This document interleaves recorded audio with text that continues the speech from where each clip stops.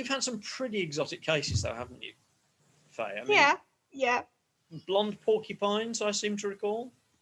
Yep, we've had porcupines, we've had alligators, we've had leopard tortoises, sulcata tortoises, obviously monkeys, frogs, fish, obviously. These alligators, these are from the Norfolk Fens, aren't they? Pretty much, yeah, pretty much. Who is keeping alligators in Norfolk? They're from a zoo collection. Right. But yeah, they're very well looked after. Right. So do you bring them in periodically for annual checkups and things like that then? Or? We tend to do site visits rather than sort of bringing them in for annual checkups. We tend to only bring them in because of the stress factors if they've actually got something wrong. So the one we saw recently actually ended up needing a CT scan, which was rather fun. What was that? Yeah.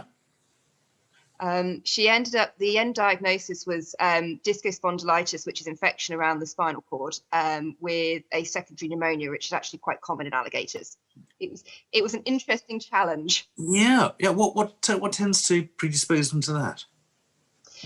In her, we think it was actually age. She was a very, very senior one, but sometimes it is husbandry based, although I suspect not in this case. It can also just be that it's very hard to spot things. So you get a lot of fungal pneumonias and things because actually it's just really hard to spot that anything is going wrong because they don't really do that much in terms of captive environments. They're not that energetic. They don't do a huge amount. So it is very difficult to spot things. Yeah. Can you tell when they cough? Not really. Not really, no.